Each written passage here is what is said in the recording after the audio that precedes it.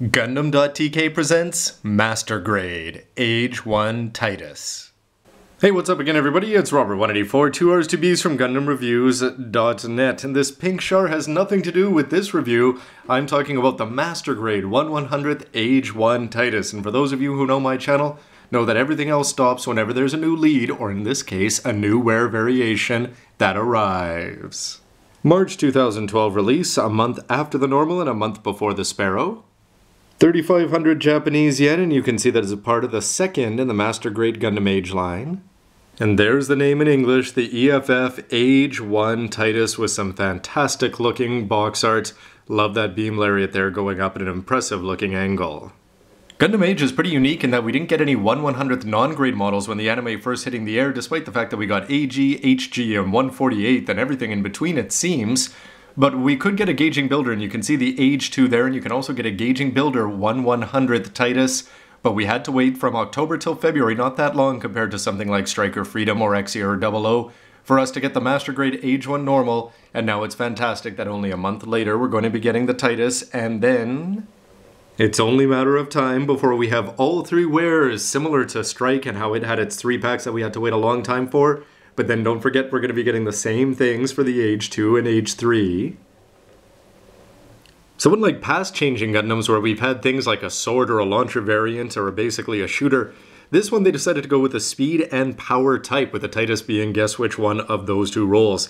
You can see here how they brought it to life from the anime Gundam Age with all sorts of interesting details, including inner frame on the shoulders. I wish the Maxter had that. Clear parts for the chest that's going to be common to what we've already seen with the Age 1 normal.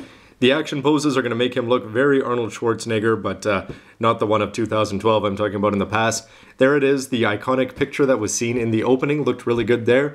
The cockpit can open and you can have Flit standing in there. I wonder if he's going to be a different mold. And you can just see that depending on how you angle the arms, the waist, and the legs, that you can just make this guy completely hulked out, and the race car spoiler is almost going to get lost with just the sheer power all around it.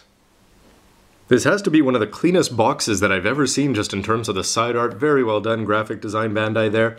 You can see that it's going to have huge hands, very different from the normal. You can see that they can go Kung Fu chop style, or they can just get ready to maul anybody in their path, like a bear getting some salmon. You can see down there that the waist is going to move around so that you can swivel things back and forth. This should be the same with the exception of the red side parts. To the normal, the ankles are also going to have dual ball joints, which is good and bad, but then again, you're going to get some good posability out of that. Great pose overall. You can see that the shoulders are also going to pop up. That's something we've seen with the high grade. If they didn't have that in MG, I'd be very disappointed. And there he is, all hulked out with all of these effect parts that they're going to include. You can put them in the knees, you can put them in the shoulders, you can pop the shoulders open, and when you do that, you can have 4 in either arm, 3 in either knee, to go along with the beam lariat, which is just a world of pain. And this guy certainly had a great send-off at the end of the first generation. Some talk here about the methodology behind this Master Grade line there. You can see the technology that's going to go into it. And when it's all put together, they're not going to show you the plates, which is a little bit disappointing, but he is going to look a little bit plain, whereas with every other Gundam where you're getting weapons, backpacks, and all sorts of stuff, well, this guy has a backpack, but certainly nothing like the Seed Boys. But all you're going to be getting is that sprue of effect parts and the 2 beam lariats to go along with those decals if you want to add them. Inside the box we go, where you're going to be getting the effect parts up there prominently, along with the decals and stickers there. Gray, 2 plates of red. You've got some nice blue parts there. Another little part of red there. That's probably, yes, it's the old B plate. You've got clear green there, polycaps, white and yellow to go along with more white and a lot of gray there. Big parts for the inner frame, no extra decals. And you're going to get some promotional stuff down there for Gundam Age and the manual.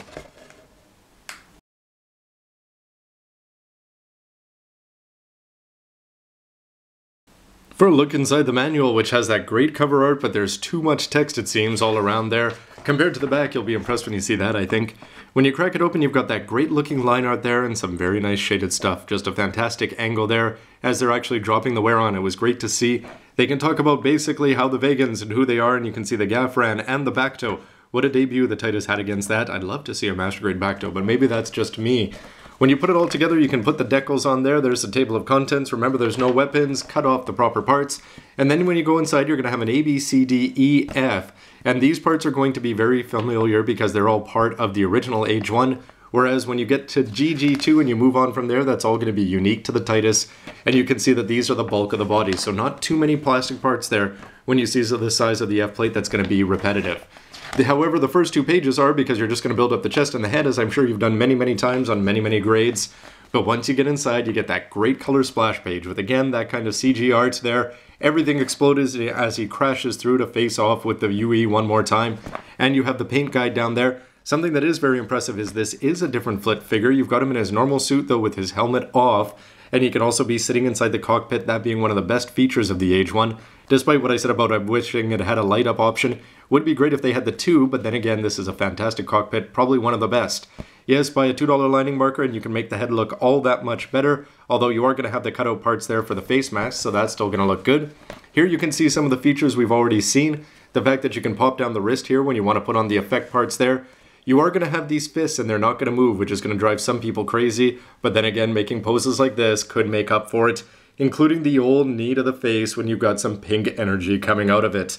You can see it looks great in line art there, it also looks good in practice. These camera angles, Bandai has just done a fantastic job of selling this guy to me, even though I've already bought it. But it's once we go inside where you actually get to see the new parts of the Titus, and you can see that there's going to be a lot of inner frame, even for those seemingly empty shoulders, or what could be. Remember the high grade split and they didn't make a big deal out of it, so if the master grade didn't, that would be terrible, but it's certainly not going to be a problem here. When you're putting the hands together, remember you can choose the different fingers. You're going to have fists, you're going to have stretched out ones, and you're going to have old, big, giant karate hand chops. Lots of people will be disappointed that you're not going to have different ones in 1/100th scale, unlike things like the Wings and the Victory Gundams that just are on 15-16 meter frames.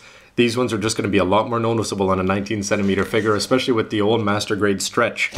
You can see when you put this all down together that the beam lariat is actually going to have a nice little place to fit onto. That was a problem that I seem to have with the high grade every once in a while.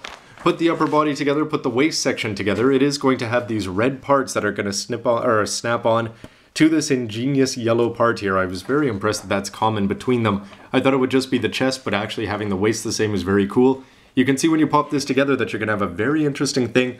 The high grade was quite unique, but you're going to plug a ball joint into the front of the feet there, plug that in underneath, and then have a double ball joint up there. So it's not going to be the same as the normal, but hopefully this one's going to work as well as the high grade, which remember was almost up for my Kit of the Year for 2011.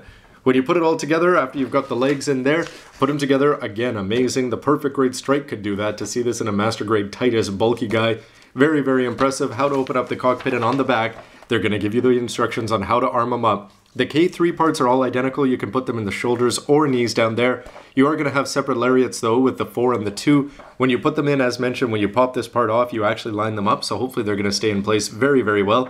And they're telling you that you can cut these parts off and put all the effect parts in and store them when they're not in use. So Bandai, nice job there. Unfortunate that they are going to give you a lot of decals and then they're going to give you a black and white page that isn't going to help you get them on there. But it's more than made up for when you turn to the back. How nice would that be to having a giant poster hanging up on your wall? So I'm going to wrap up my unbox there of the Age 1 Titus. Stay tuned for the plates because I'm going to compare those to the Age 1 normal and see what's the same and what's different and what we can anticipate coming up for the Sparrow. I've got to say that overall I'm just incredibly impressed with what's in the box, what's in the manual, very well put together. If you look at repetitive plates, that's it. These are the new things, so it's certainly going to be a lot of fun to put it all together. The seal's upcoming, and anyway, everybody, why don't you let me know what you think of the unbox? Has anybody started this? You Win 1970 is already on it. Anyway, would love to hear from you what you think with a comment down below, and stay tuned for the next part. Thanks for watching, everybody. See ya.